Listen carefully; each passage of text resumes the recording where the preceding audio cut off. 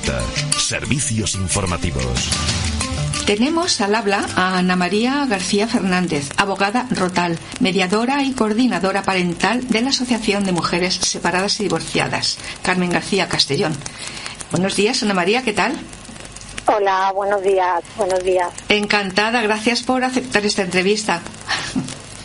Bueno, lo primero, agradeceros a vosotros la invitación y querer pasar este rato de mañana conmigo, ¿no? Y con todos vosotros y con todas vosotras. Pues sí, muchas gracias. Mira, quería decirte que en el año 1998 por primera vez entrevisté a una integrante de la asociación, una mujer luchadora y entregada. Por entonces hablamos de las últimas muertes de mujeres en manos de sus maridos o exmaridos y de las denuncias interpuestas por malos tratos. Y hoy, 11 de julio de 2026, pues háblanos. Comenzamos hablando mejor de la Asociación de Mujeres. ¿Cuándo se fundó? Pues a ver, la Asociación de Mujeres realmente se funda como asociación en el año 1974. Estamos hablando de una época complicada en esos momentos para fundar una asociación de mujeres separadas en aquel momento, ¿no? Esto la verdad que viene de la fundadora que en la actualidad lleva la asociación su nombre, que fue Carmen García Castellón. Uh-huh. La vida de doña Carmen siempre ha sido una vida completamente entregada a los demás, ¿no? Ella se vio obligada a sacar adelante a todos sus hermanos porque se quedó huérfana de padre y madre, y aunque vivía en un estatus social elevado, cuando ella en 1970 inicia sus trámites de separación, pues es cuando se encuentran los problemas que sufren esas mujeres, ¿no? Teniendo en cuenta que ella además vivía en un estatus, como comento, social alto. Uh-huh. De hecho, cuando ella se separa, donde la mandan, porque en aquella época no había ningún tipo de asociación, era a mujeres viudas, ¿no? Y ella ahí descubre que los problemas que tienen las viudas no son los problemas que tiene una mujer separada, ¿no? Claro. Entonces ella, a partir de ese momento, es cuando se da cuenta que si ella lo tiene complicado, teniendo en cuenta el estatus social en el que está, pues cómo lo tendrán esas mujeres que no están en ese estatus. Claro, yo recuerdo por aquella fecha que te digo, en el 1998, que es cuando entrevisté a una persona de allí y llegué a conocer yo a Carmen García Castellón. Entonces, bueno, pues sí, realmente era una época muy, muy difícil para este tema, ¿no? Fueron las pioneras en formar esta asociación y, bueno, se ve que dijo, bueno, ¿cómo hacemos esto? Pues tenemos que juntarnos para crearlo. Y así fue, ¿no, Ana? Así fue, efectivamente. Uh-huh. Es decir, ahora mismo, claro, la asociación es el fruto de esa andadura de muchas mujeres, pero nada que ver a lo que fue en aquel momento. Ella quería que se defendieran los derechos de esas mujeres que estaban pasando por esa crisis matrimonial, ¿no? Y que no les resultara tan difícil y solitario ese trámite, ¿no? De hecho, se consiguieron bastantes hitos, ¿no? En aquel momento la Asociación de Mujeres, pues en el 75, un año después de fundarse, consiguió que figurara en el Documento Nacional de Identidad el Estado Civil de separada. Incluso la asociación en el 77 fue escuchada con motivo de la aprobación de esa ley de divorcio y separación, ¿no? Incluso algo muy importante, que ahora no le damos importancia, ¿no? Pero en el año 80 consiguió que se obtuviera la asistencia sanitaria para ese cónyuge no titular, porque si no pasaban a la beneficencia. Claro, y ella consiguió mantener esa asistencia sanitaria. Sí, no, la verdad es que fue una lucha y que casi había que hacerlo a escondidas por entonces, ¿sabes? Que, bueno, hablaban lo menos posible por entonces. Sí, claro, es que, a ver, no solamente era algo vergonzoso para la familia, ¿no? Es decir, aunque digamos que la abandonada hubiera sido la mujer, la culpa era de la mujer, ¿no? Yo siempre lo comparamos como cuando, ¿no? En época casi medieval y no tan medieval, una mujer no podía tener hijos, se la culpaba a ella, no se pensaba que el hombre podía no ser el que tuviera culpa. Pues en este caso era igual, ¿no? Cuando un matrimonio fallaba, la mujer era abandonada por el marido ella decidía separarse, la que, digamos, tenía la culpa, esa culpa entre comillas, era ella, no sé, entonces pues era cuestionada, ¿no? Claro, estamos en 2026, ¿no? Y todavía seguimos escuchando, es que si te separas fracasas. Seguramente que todavía funciona esa frase, todavía está. Efectivamente, aunque estamos en el 2026, efectivamente es increíble, pero sí, todavía se sigue escuchando eso, todavía muchas mujeres cuando acuden al asesoramiento se avergüenzan de que su matrimonio haya fracasado, ¿no? Ese fantasma del fracaso evidentemente sigue flotando en el ambiente, ¿no? Y evidentemente machaca a muchas mujeres, ¿no? Esa frase se sigue sobre todo escuchando en las consultas de psicología, pero yo creo que hay algo clave en todo eso, ¿no? Es el peso de la tradición. El peso de la tradición y las expectativas sociales que parece que uno no cumple, ¿no? Uh-huh. Pero yo creo que de verdad el verdadero fracaso no es eso, ¿no? Y así se lo decimos. El verdadero fracaso es quedarse en un matrimonio que no hay amor o no hay respeto, ¿no? Donde hay hijos que ven que el amor es mantener algo que en el fondo es un sacrificio invisible, ¿no? Por el que dirán. Yeah. Creo que la relación no es un proyecto fallido. Uh-huh. Existe, yo creo que esa falsa idea, ¿no? De que hay que mantenerlo, ¿no? hasta la muerte, ¿no? Pero hay que entender que son etapas, sí, que las relaciones pueden ser maravillosas, pueden aportar crecimiento mientras aportan ese crecimiento, dejan hijos maravillosos y fantásticos, y que termina un ciclo. Esa etapa concluye, no es que haya fracasado, y eso es lo que las queremos siempre decir. Claro, es que es muy diferente, realmente ha cambiado bastante en ese sentido, sí, porque en otro casi peor, ¿no? Pero bueno, ya sabes a lo que nos referimos, que esto no para, no cesa. Bueno, Ana María, ¿cómo se dan los primeros pasos? Si una mujer no se escucha ahora y lleva poco tiempo separada, está perdida, ¿no? ¿Y qué es lo primero que le dirías que haga mañana? Pues a ver, cuando una mujer acude por primera vez, o una mujer que nos está escuchando, ¿no? Y dice, madre mía, no me atrevo a dar el paso, ya me he separado, ¿no? Lo más importante y lo que yo le diría es recordar algo fundamental. No tiene que tomar ninguna decisión definitiva hoy, ni mañana, ni bajo presión, ¿no? Uno tiene que saber primero qué derechos tiene, qué obligaciones tiene. Eso da mucha tranquilidad, ¿no? Mucha seguridad. Por lo tanto, pedir ese asesoramiento legal, incluso ese asesoramiento social, incluso psicológico, coger fuerza para dar ese paso, ¿no? Claro. El miedo hace muchas veces que uno se paralice, y ese miedo nace muchas veces de esa incertidumbre de no conocer qué me va a pasar, qué va a pasar con mis hijos, que si me van a quitar la casa, qué va a pasar con esa custodia, qué va a pasar con una pensión de alimentos, ¿no? Entonces, yo creo que informarse es algo básico para dar esa tranquilidad. Sí, porque en cuanto a los temas legales podemos hablar de la pensión, custodia, casa, visitas. ¿Y cuál es el tema que más os lleva a la asociación y donde más se atascan? ¿Cuáles son los temas mayores? A ver, los temas mayores generalmente siempre suele ser el tema de la custodia y el tema económico. Es decir, lo que más les preocupa es cómo les va a afectar a sus hijos, en esas rutinas diarias, si se van a romper, si esa ruptura de esas rutinas les va a afectar, y el tema económico, ¿no? Cómo les puede afectar a ese cambio, ¿no? de su vida. Eso es lo que más les preocupa. Y luego preguntarán también las madres sobre cómo contarles a los niños la separación sin dañarles. También es complicado esto, ¿verdad?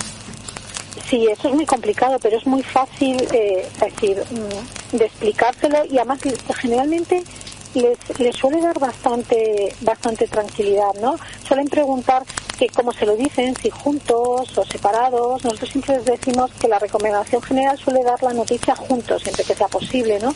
Que no haya riesgo de discutir delante de ellos, que lo hayan hablado antes con su pareja. ¿Por qué? Sobre todo en niños muy pequeños. Cuando los niños son muy pequeños, y como bueno, hay un egocentrismo grande en los niños, ¿no? Pues al ser tan pequeñitos consideran que si su papá y su mamá se van a separar y se les dice que es que papá y mamá ya no se quieren y cada uno va a ir a su casa, ellos creen que si papá y mamá se han separado porque se han dejado de querer, les pueden dejar de querer a ellos. Ya. Entonces es muy importante cómo se transmite eso. Hay que decirles que nunca que papá y mamá no se quieren, que papá y mamá pues cada uno va a vivir en su casa, que es un tema de adultos, que ellos no han hecho nada para esa decisión y que se siguen queriendo de otra manera y que a ellos les siguen queriendo. Eso es muy importante. Pues estas dos últimas preguntas me parece muy muy interesante porque son dos, es como un resumen antes de continuar. Primero, tienen que aconsejar, o sea, se tienen que aconsejar por una persona profesional, ¿no? Lo primero, cuando ya toman esa decisión. Eso es lo primero, y que no lo hagan de hoy ni de mañana, sino lo que tú dices, que lo reflexionen un poco y luego ya que busquen ayuda para hacerlo. Eso por un lado. Y después de los niños, que sean juntos los dos quienes se lo digan, se lo comuniquen, ¿no? Yo creo que eso es de verdad muy muy importante. Y además, si los niños lloran o los niños se enfadan, ¿vale? Porque muchas veces hay miedo a esa reacción de los niños, ¿no? O los niños se callan o hay un silencio absoluto. En esos momentos no hay que ni regañarles porque lloren, no hay que decirles no lloréis, no, y hay que acompañarles en ese proceso. Lloramos los adultos, nos da miedo a los adultos eso desconocido, ¿no? De ese paso que vamos a dar, ¿no? Yo siempre digo que cuando vienen las mujeres, y siempre me lo dicen, ¿no? Si nosotros podemos tener en casa una silla en un rincón que no utilizamos nunca y que pasa desapercibida, pero el día que quitamos la silla nos damos cuenta que la silla no está. Ya. Pues eso pasa igual, ¿no? En una relación de pareja, ¿no? Muchas veces, bueno, compartimos piso porque la relación ya está acabada, pero ese miedo a que no esté esa persona pues genera angustia, y es normal, y a los niños también. Y entonces hay que validar sus emociones. No hay que decirles no, pues llora, hijo, no pasa nada, esto se va a pasar, y acompañarles. Bien. Es normal que duela. Uh-huh. Pues ahora pasamos a la parte económica. De nuevo, si hablamos de cómo volver a empezar, muchas mujeres se encuentran con un solo sueldo de golpe. ¿Qué ayudas reales existen en 2026 y cuáles se quedan en el papel? Bueno, a ver, ayudas reales no es que haya muchas, ¿no? Pero las hay, las voy a decir para que les pueda ayudar, ¿no?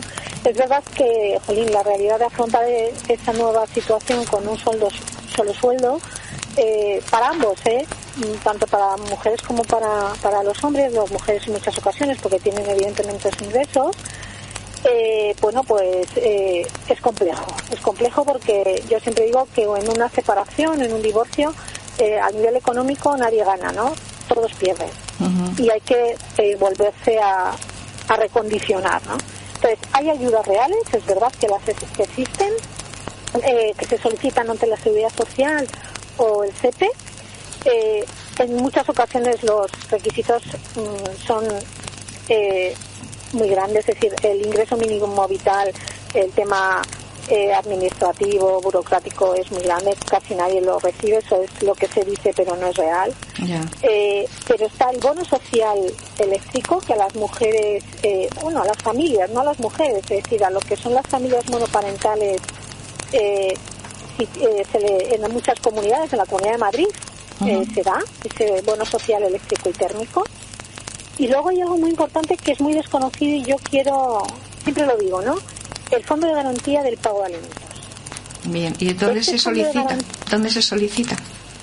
Pues el Fondo de Garantía del Pago de Alimentos es cada comunidad, depende del estado, es cuando una expareja no paga la pensión de alimentos fijada por el juez y hay una sentencia de ejecución con ese incumplimiento, el Estado anticipa esa cantidad. Hay que presentar documentación, pero con una sentencia firme existe ese Fondo de Garantía del Pago de Alimentos. Uh-huh. ¿Vale? Yo creo que es muy importante. Sí, ¿vale? Claro que sí. Si os llega gente que tuvo que dejar de trabajar por los cuidados y ahora tiene que reincorporarse, por ejemplo, con 40 años, ¿vosotros les acompañáis en ese momento desde la asociación? Sí, se se les acompaña, por supuesto, a través de nuestra trabajadora social. La asociación tiene un equipo donde hay, además de psicóloga, a trabajadora social y, por supuesto, el asesoramiento jurídico, pues se les ayuda pues a hacer ese currículum, ¿no? Tan importante para empezar a buscar trabajo, ¿no? Se les ayuda a buscar los cursos que ellas necesitan, se les da ese asesoramiento. Ana María, ¿qué parte buena tiene separarse que nadie cuenta? Porque algo que vosotras habéis descubierto seguramente después. Sí, a ver, hay una parte buena, ¿no? Y además que nadie la cuenta. Sí, además hay que dar a las mujeres ese optimismo, ¿no? En eso. Bueno, pues muchas que con esas custodias tienen miedo, ¿no? Pues una llega a tener tiempo para ella, ¿no? Que es muy importante. Uh-huh. Es decir, ese espacio, ese tiempo, a encontrarse con amigos, con amigas, a no tener que contar con otra persona, decir una clienta, ¿no? Mía en el despacho de la asociación, jolín, ya no tengo que preguntar si pongo un cuadro aquí o lo que como, me puedo tomar un yogur en el sofá y dejar la cama sin hacer, ¿no? Pues es decir, uno también tiene su parte positiva. Esa es la parte buena, ¿no? La libertad en ese sentido. Efectivamente. Bueno, pues es frecuente que soliciten la nulidad eclesiástica porque, como tú hemos dicho, ejerces como abogada rotal. ¿Suelen solicitarlo? Sí, a ver, no es habitual. Es verdad que ahora hubo un parón respecto a las nulidades eclesiásticas. Ahora otra vez parece que empieza a solicitarse nulidades eclesiásticas. Son procesos donde se necesita un profesional de derecho específico. Es necesario ser abogado rotal, no puede hacerlo cualquier abogado. Es necesario haber hecho la especialización concreta ante el Tribunal de la Rota.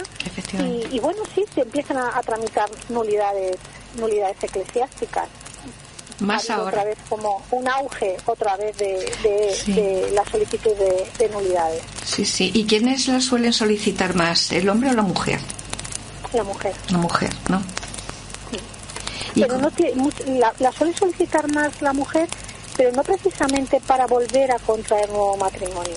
En cambio, ellos, los hombres, si la solicitan es porque van a contraer nuevo matrimonio. Hay una gran diferencia ahí. Las mujeres la solicitan porque consideran que su matrimonio es nulo y no quieren seguir casadas por la Iglesia, y generalmente los hombres, cuando solicitan esas nulidades eclesiásticas, es porque van a volver a contraer nuevo matrimonio. Ya, y esos trámites tú como abogada rotal es lo que haces, ¿no? El trámite entre el Tribunal de la Rota y sí, eso, ¿no? A ver, abogado rotal siempre lo identificamos, ¿no?, como a nulidades eclesiásticas. Un abogado rotal hace muchísimas más cosas, ¿no? Pero efectivamente tú tramitas esa nulidad hay un estudio de viabilidad, hay una redacta la demanda, ¿no? Es un escrito formal que se presenta entre el Tribunal Eclesiástico, hay motivos jurídicos de cada caso, hay que ver, es claramente el motivo legal o canónico, por ejemplo, inmadurez grave, puede haber coacción, ocultación de datos importantes a la hora de contraer matrimonio, una enfermedad, el no querer tener hijos. Muchas veces hay temas que no se hablan en el noviazgo, ¿no? Y una vez luego llega el matrimonio y uno se da cuenta que es que la otra persona es que no quería tener hijos. Claro, pues también. ¿No? Hay que demostrar que el matrimonio nunca llegó a ser válido, ¿no? Desde el punto de vista eclesiástico. Hay que proponer pruebas. Es decir, a diferencia del proceso civil, que es mucho más, no es necesario decir causa ni motivo para separarme o para divorciarme, en la nulidad eclesiástica es muy importante explicar y probar el motivo de esa nulidad. Si no se lo pueden conceder, ¿no? No. De hecho, tienen que ir testigos, hay interrogatorios a las partes, a los testigos, es decir, es un proceso bastante tedioso. En cambio, para volverse a casar, eso es muy importante, tiene que ser bajo el tema rotal, ¿no? Sí, no, para volverse a casar otra vez, digamos, por la Iglesia, para volver a contraer matrimonio religioso es necesario tener la nulidad eclesiástica, si no, uno no se puede volver a casar. No es posible. Y luego, mediadora y coordinadora, ¿en qué consiste esta forma de ayuda? Es lo que haces tú, ¿no? Además de otras cosas. Además de abogada y de total, ¿no? Además de abogada, evidentemente, del Colegio de Abogados de Madrid, soy coordinadora parental y mediadora. A ver, son diferentes tipos de ayuda. Lo que es eso generalmente, tanto la coordinadora como la mediadora, no es necesario tener hijos, porque puede ser mediadora entre una relación de pareja para intentar que lleguen a un acuerdo en esa separación, en ese divorcio, y generalmente cuando hay conflictos familiares, ¿no? Son dos herramientas, pero actúan de auxilio para esas familias, pero actúan en momentos y en formas diferentes. La mediación es para llegar a ese acuerdo. ¿Vale? Esa es la diferencia clara. Sí. Es un proceso, por supuesto, voluntario y confidencial, la mediación, ¿vale? Donde una persona neutral ayuda a esa pareja, pues que se puedan comunicar de una forma pacífica, porque entre ellos pues es más difícil, ¿no? Si no hay alguien que, digamos, les gestione esas conversaciones donde se habla de la custodia de pensiones. Sí. Se suele usar antes de la separación o durante el proceso, pero en cambio la coordinadora parental en este caso es para cumplir un acuerdo. ¿Vale? Es decir, interviene ya cuando hay familias con un nivel de conflicto muy alto, ¿vale? Es un proceso que generalmente lo ordena el juez, ¿vale? Y se usa ya cuando hay una sentencia ya de divorcio, porque hay peleas o hay discusiones sobre el cambio de ropa de los niños, las extraescolares, la recogida, ¿vale?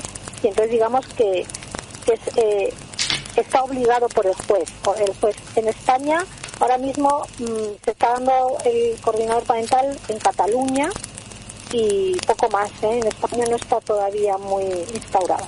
Ya, pues es muy importante también la labor de mediadora porque claro, pues efectivamente hay casos que no llegan a acuerdos y no tienen otra que hacer eso para seguir en buenas condiciones, ¿no? Es que les puedes ayudar a llegar a acuerdos que ellos, porque tienen su punto de vista, no salen de su cuadradito y ninguno de los dos, y tú les puedes dar otras opciones, otros puntos de vista para llegar a ese punto común, ¿vale?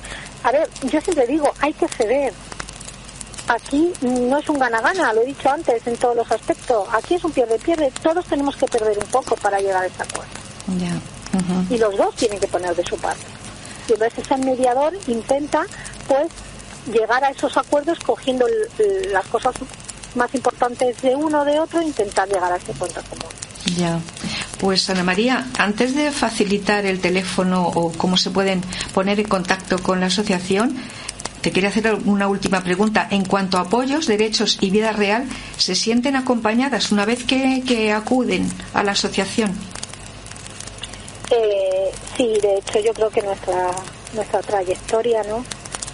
Habla por sí sola. Es decir, nosotras una vez que ya han tomado la decisión, muchas de ellas pierden no solamente sus rutinas diarias, ¿no? Sino su vida social.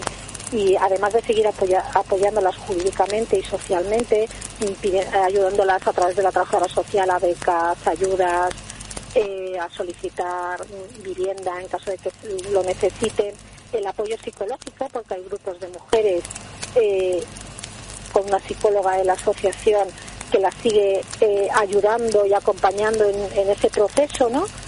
El tema social, que es muy importante, ¿no? Claro. Es decir, pues hacen excursiones, hay salidas, hay ocio, ¿no? Común, porque se descuelgan, ¿no? Sus amigas tienen, muchas de ellas, sus parejas, y entonces ya como que sienten que no pueden estar siempre encajando en esos matrimonios, ¿no?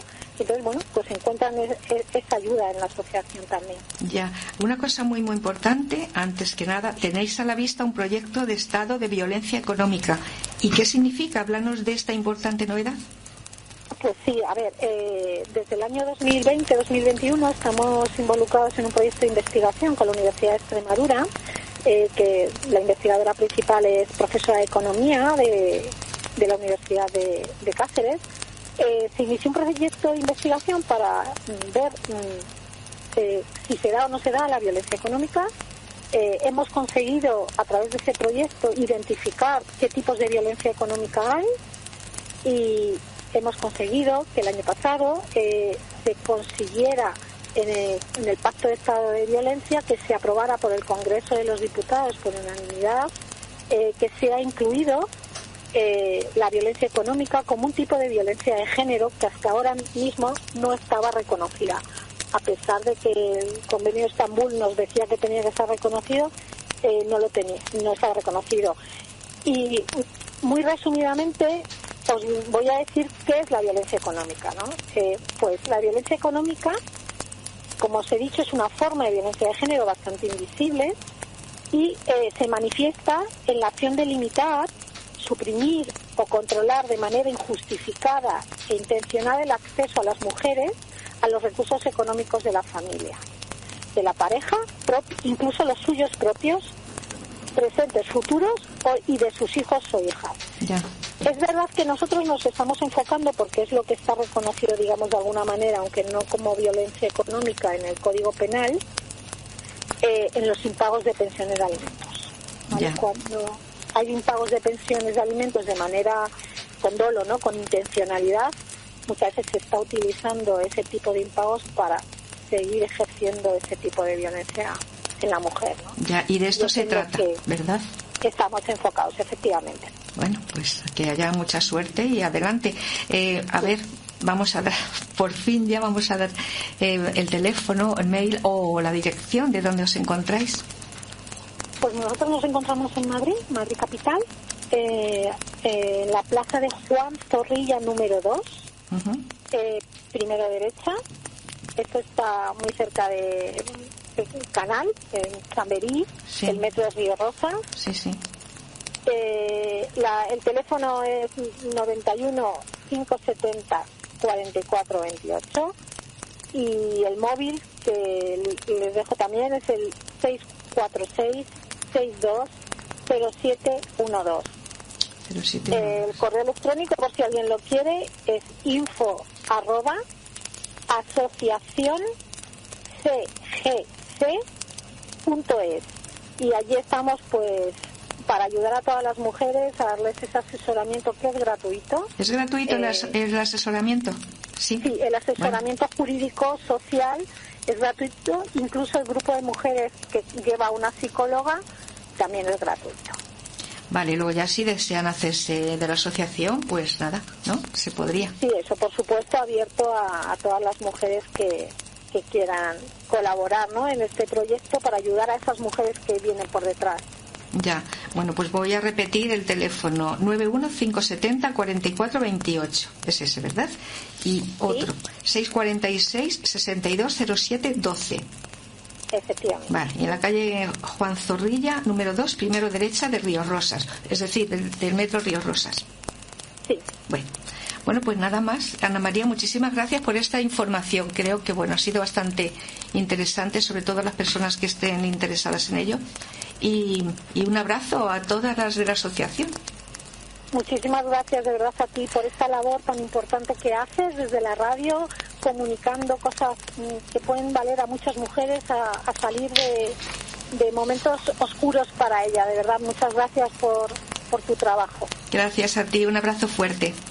Un abrazo.